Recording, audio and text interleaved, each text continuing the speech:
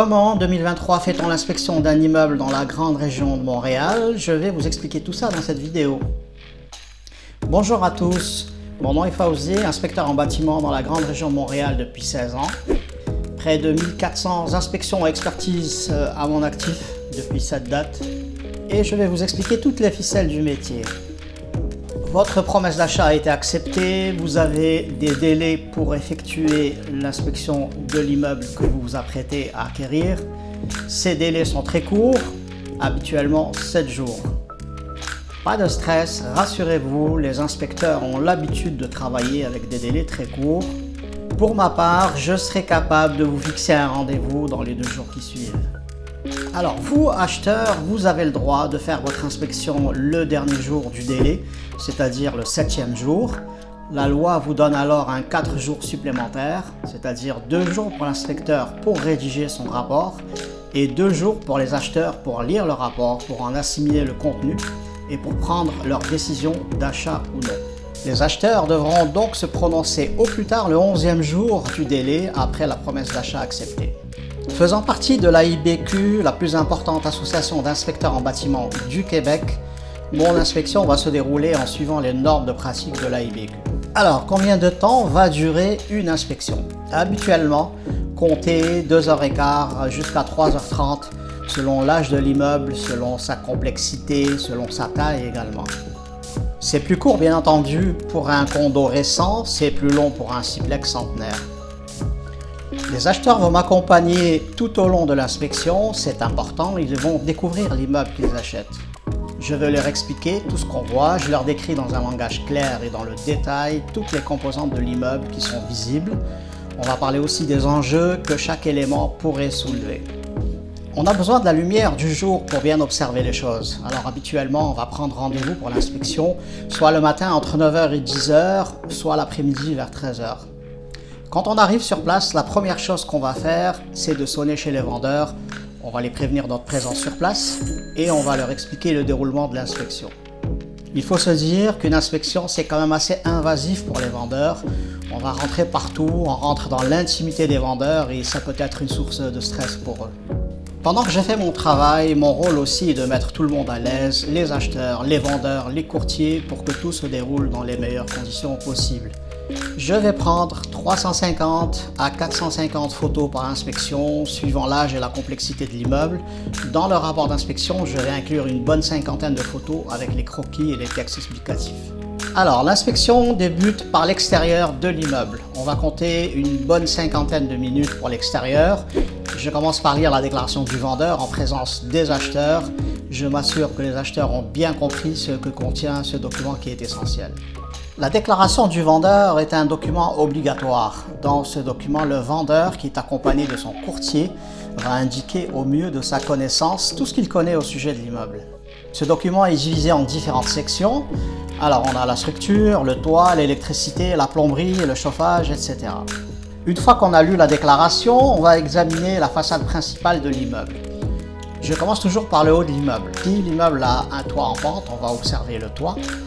On va regarder les revêtements de façade, les portes et les fenêtres, tous les éléments qui dépassent par rapport à la façade, le perron, le balcon, les escaliers, les fondations de l'immeuble et le terrain. Une fois la façade principale examinée, on procède de la même manière pour les autres façades. L'examen des façades extérieures va nous donner quantité d'informations. Le terrain d'abord, c'est un élément qui est très important. Il peut causer des infiltrations d'eau et de l'humidité excessive dans l'immeuble. La structure, l'examen des fondations et des revêtements de façade notamment, va nous dire si la structure de l'immeuble est stable ou non. Les revêtements de façade, est-ce qu'il y a des réparations, des travaux à prévoir au niveau des revêtements? Refaire une façade en briques peut coûter une 50aine de mille, donc c'est un élément qui est important. Les portes et les fenêtres, est-ce qu'elles sont fonctionnelles? Est-ce qu'il y a des réparations à prévoir? Est-ce qu'elles sont en fin de vie, à remplacer? Les structures extérieures, telles que les balcons, les galeries, les escaliers, dans quel état sont ces structures? Est-ce qu'il y a des réparations à prévoir? Pour finir l'extérieur, on va examiner le toit de l'immeuble. S'il s'agit d'un toit plat et qu'il est accessible avec mon échelle de 14 pieds, je vais y aller afin d'examiner l'état de la membrane de toit et vérifier tous les éléments qui dépassent par rapport au toit, ce qu'on appelle les émergences de toit. On peut également accéder à un toit en pente à l'aide de la même échelle et se déplacer sur le toit si la pente n'est pas trop raide.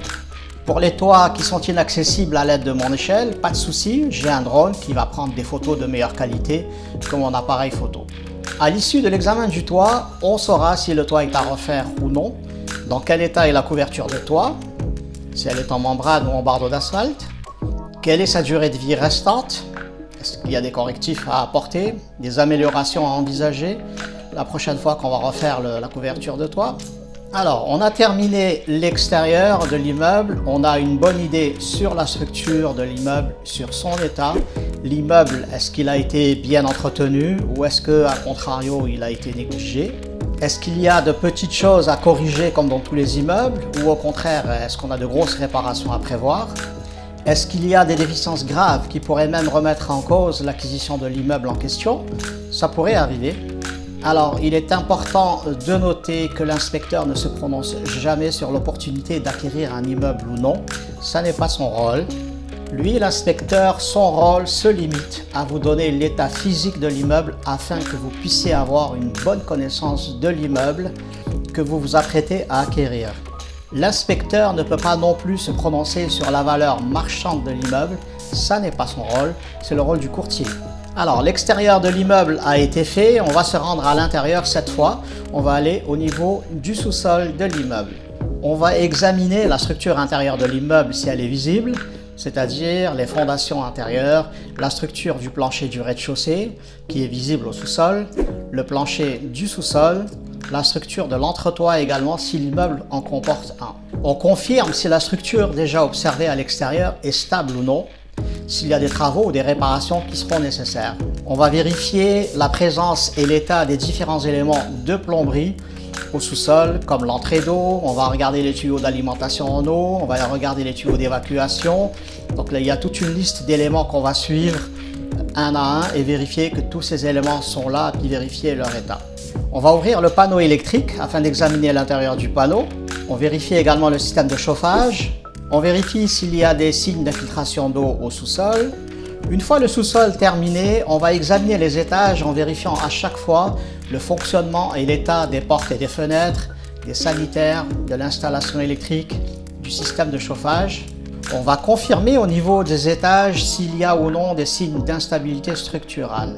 Pour finir, on accède à l'entretoit si la bâtisse en est munie. C'est l'espace qui est formé par le toit en pente au-dessus des pièces du dernier étage.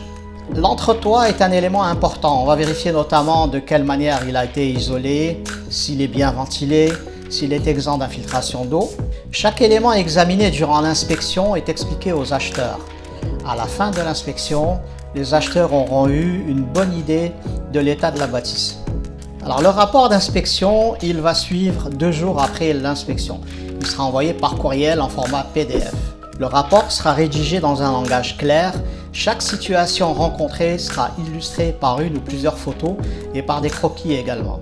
Chaque photo est accompagnée d'un commentaire adéquat et d'une flèche qui va indiquer sur la photo l'élément commenté. Suite à la réception de son rapport, mon client acheteur a toujours la possibilité de me joindre par courriel pour un éclaircissement supplémentaire si c'est nécessaire. Je vous dirais qu'il est rare qu'un client me recontacte après la réception de son rapport. Mes rapports sont détaillés et concis, ils répondent généralement aux préoccupations des acheteurs. Voilà ce qu'on pouvait dire au sujet de l'inspection d'un immeuble. Si vous avez des questions, n'hésitez pas à les mettre en commentaire, je vous répondrai. Merci d'avoir regardé cette vidéo jusqu'à la fin. J'espère qu'elle vous aura été utile, auquel cas je vous suggère de mettre un pouce bleu et de vous abonner. Je vous donne rendez-vous pour ma part dans la vidéo suivante dans laquelle on va traiter du rapport d'inspection. Bonne journée à tous et à très bientôt.